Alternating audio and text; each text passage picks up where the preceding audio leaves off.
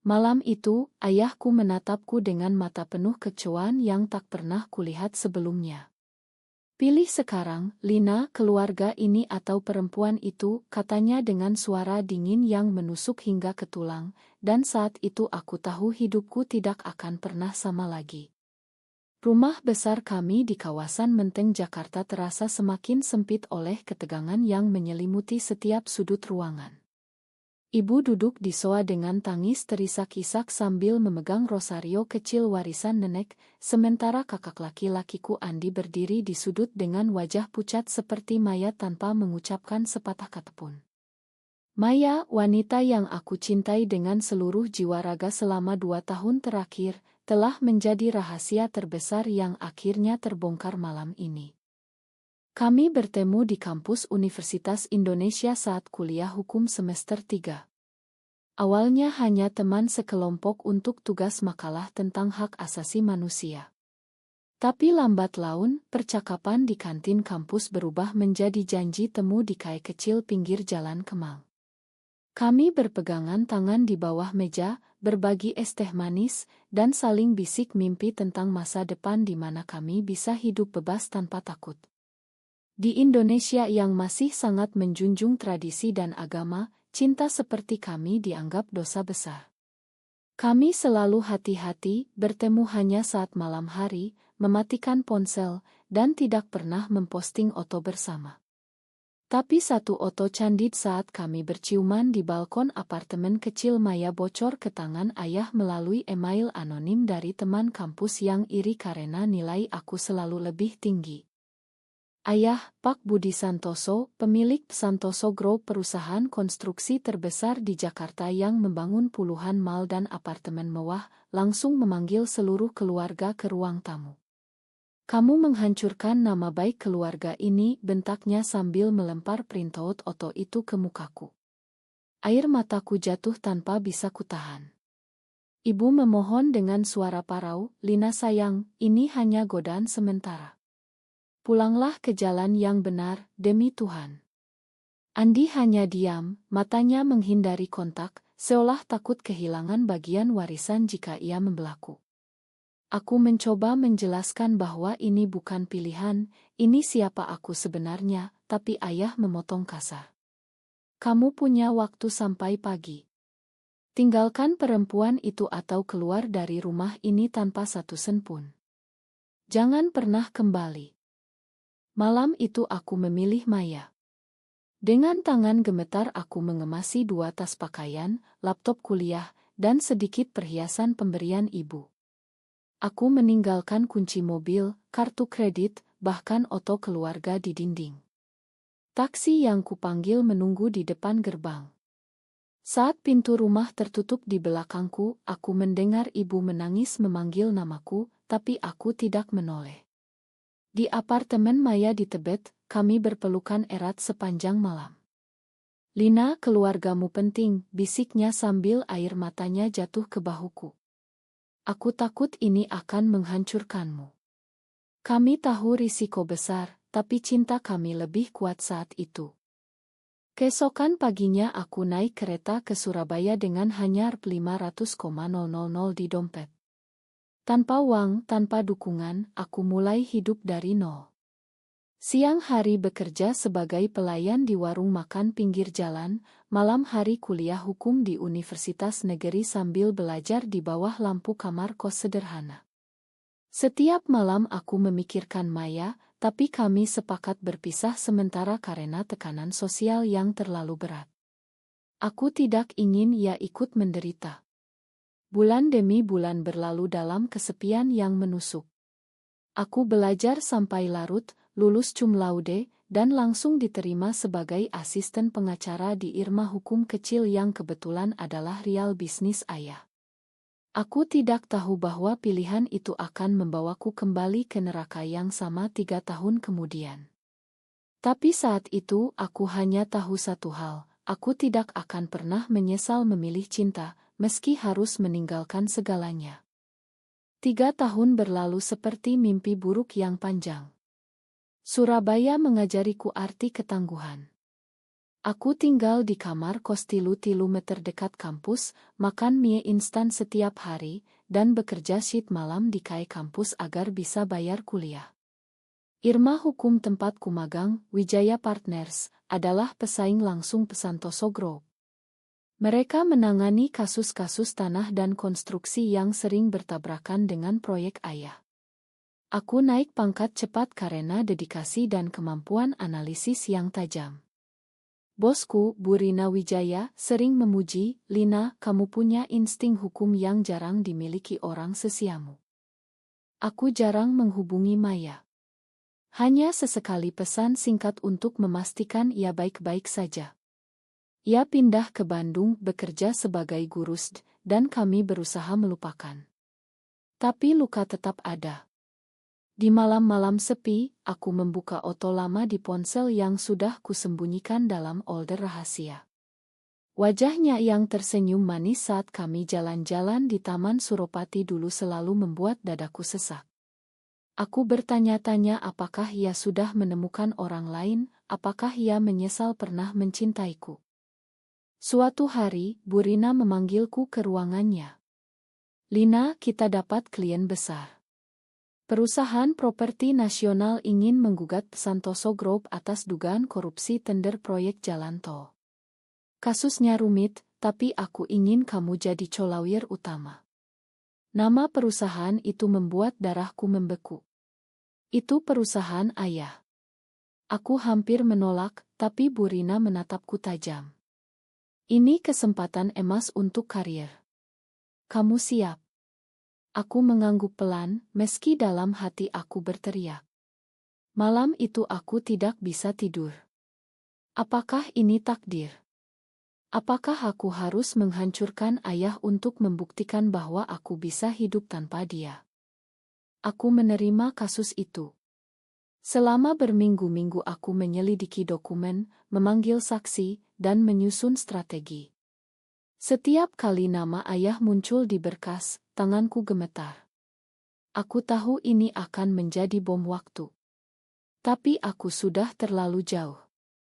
Ketika Bu Rina mengumumkan bahwa sidang pertama akan digelar di Pengadilan Negeri Jakarta Pusat, aku sadar aku harus kembali ke Jakarta. Kembali ke kota tempat aku lahir, tempat aku kehilangan segalanya, dan tempat ayahku masih memegang kendali atas nama baik keluarga. Aku packing barang sedikit, naik kereta malam, dan tiba di Jakarta dengan hati yang berat. Aku tidak tahu bahwa Maya juga sudah kembali ke Jakarta karena ibunya sakit. Dan aku tidak tahu bahwa kakakku Andi telah mengkhianatiku lagi dengan cara yang lebih kejam. Jakarta menyambutku dengan hujan deras dan kemacetan yang sama seperti dulu. Aku menyewa apartemen kecil di Tebet, tidak jauh dari tempat Maya dulu tinggal. Hari pertama di Irma Baru, Bu Rina memperkenalkanku pada tim. "Ini Lina, pengacara muda berbakat yang akan memimpin kasus Santoso." Rekan-rekan sekerja bertepuk tangan, tapi aku hanya bisa tersenyum kaku. Malam harinya, telepon berdering. Nomor tak dikenal. Saat kuangkat, suara Maya terdengar gemetar. "Lina, aku dengar kamu kembali. Kita perlu bicara." Kami bertemu di KAI lama di Kemang. Wajahnya masih sama cantiknya, tapi ada lingkar hitam di bawah matanya. "Ibu sakit kanker," katanya pelan. Aku kembali untuk merawatnya. Kami saling pandang lama, tangan kami hampir bersentuhan di atas meja, tapi kami tarik kembali.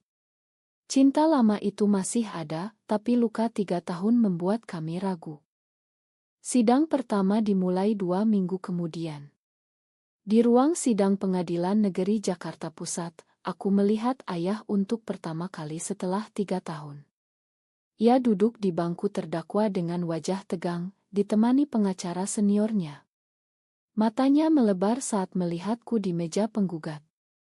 "Kamu," bisiknya saat istirahat sidang. Aku tidak menjawab, hanya menatapnya dingin. Malam itu, ibu menelepon. "Lina, pulanglah. Ayahmu sakit hati. Jangan hancurkan keluarga kita." Aku menangis sendirian di apartemen. Tapi aku ingat ultimatum malam itu. Aku ingat bagaimana mereka memilih nama baik daripada anaknya sendiri. Kakakku Andi tiba-tiba muncul di apartemenku suatu malam. "Kamu gila, Lina. Kamu mau hancurkan perusahaan ayah." Ia mengancam akan membongkar masa laluku ke media jika aku tidak mundur. "Aku punya bukti foto lama kamu dengan Maya. Satu klik saja, nama baik keluarga hancur total." Itu pengkhianatan kedua. Aku sadar Andi tak pernah membelaku, ia hanya melindungi bagian warisannya. Aku menolak ancamannya. "Kalau kamu sebarkan, aku akan balas dengan bukti korupsi yang aku temukan di perusahaan." Andi pergi dengan marah. Maya datang ke apartemenku malam itu juga. Kami akhirnya berpelukan lagi setelah 3 tahun. "Aku masih mencintaimu, Lina," bisiknya. Tapi aku takut. Kami menghabiskan malam dengan cerita, tangis, dan harapan kecil. Tapi besok pagi, berita di koran online sudah muncul, putri pengacara gugat ayah sendiri dalam kasus korupsi konstruksi. Nama keluarga kami tercoreng. Ayah meneleponku untuk pertama kali. "Kamu sudah bukan anakku lagi." Kata-kata itu lebih sakit daripada apapun. Persidangan semakin panas. Setiap hari aku berdiri di depan hakim, menyajikan bukti email suap, dokumen tender palsu, dan kesaksian mantan karyawan yang aku lindungi. Ayah duduk diam, tapi matanya penuh kebencian setiap kali menatapku. Media ramai memberitakan. Drama keluarga pengacara lesbian gugat ayahnya, judul itu muncul di mana-mana. Teman-teman lama menghindar, kerabat memblokir nomorku. Ibu jatuh sakit karena stres. Tapi aku tidak mundur. Suatu malam, Maya menungguku di apartemen. "Lina, aku dapat tawaran kerja di Singapura. Aku ingin kamu ikut." Matanya penuh harap. Untuk sesaat aku tergoda. Pergi jauh, lupakan semuanya, hidup bebas bersama dia. Tapi aku ingat janjiku pada diri sendiri. "Aku harus selesaikan ini dulu, Maya. Ini bukan hanya soal uang, ini soal keadilan." Ia menangis, tapi mengerti. Kami berjanji akan bertahan. Di sidang berikutnya, Andi dipanggil sebagai saksi oleh tim ayah. Ia berbohong di bawah sumpah, mengatakan bahwa bukti suap itu palsu dan aku yang memalsukannya karena dendam pribadi. "Adik saya punya masalah psikologis karena orientasinya," katanya dengan suara pelan tapi cukup jelas bagi seluruh ruangan. Ruang sidang gempar. Hakim memukul palu. Aku berdiri, tangan gemetar. Itu pengkhianatan terbesar. Malam itu aku hampir menyerah. Maya memelukku erat. "Kamu kuat, Lina. Kita hadapi bersama." Aku membalas dengan memanggil saksi kunci baru, mantan sekretaris ayah yang selama ini menyimpan rekaman percakapan suap. Bukti itu tak terbantahkan. Sidang ditunda 2 minggu untuk pemeriksaan lebih lanjut. Ayah mulai kehilangan kontrak besar. Perusahaan sahamnya turun drastis. Aku tahu aku sedang menghancurkan warisan keluarga, tapi aku juga tahu bahwa kebenaran harus ditegakkan. 2 minggu menjelang sidang akhir, ibu datang ke apartemenku. Ia kurus, rambutnya memutih lebih cepat. "Lina, cukup sudah. Ayahmu hampir stroke. Pulanglah, kita lupakan semuanya." Ia memegang tanganku erat. Untuk sesaat aku melihat ibu yang dulu selalu memelukku saat kecil.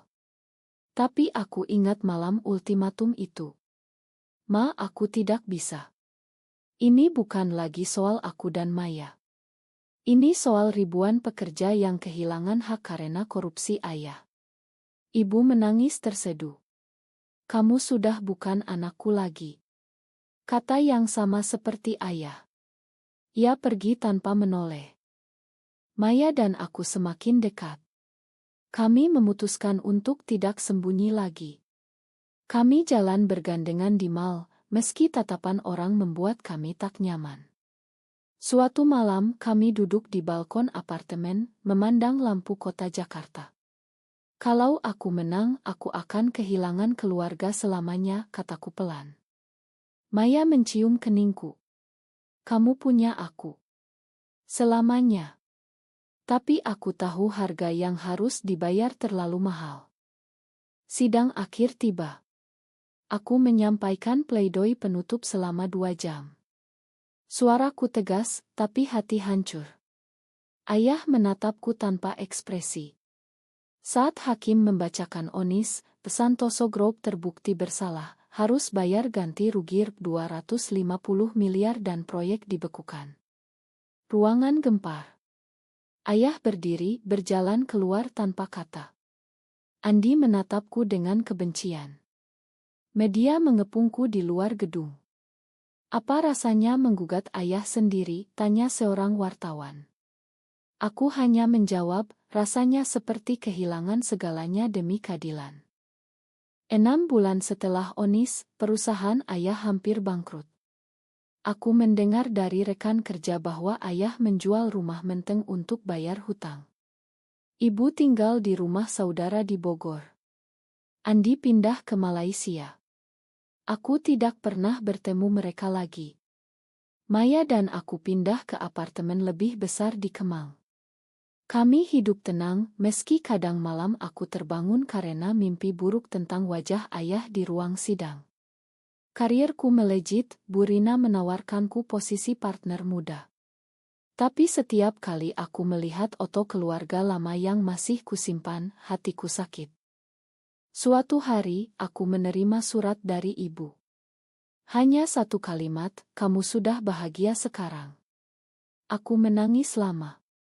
Maya memelukku dari belakang. Kamu sudah melakukan yang benar, Lina. Tapi apakah benar? Aku meninggalkan rumah tangan kosong demi cinta, dan kembali dengan membawa kehancuran bagi keluarga. Aku menang di pengadilan, tapi kehilangan segalanya yang dulu berharga. Sekarang aku berdiri di balkon apartemen, memandang kota yang sama seperti malam aku pergi dulu. Maya tidur di dalam, damai. Aku tahu aku tidak bisa kembali. Pilihan sudah dibuat, dan harga telah dibayar penuh. Apakah benar bahwa kehormatan keluarga harus selalu diutamakan di atas kebahagiaan dan cinta pribadi? Benar atau salah?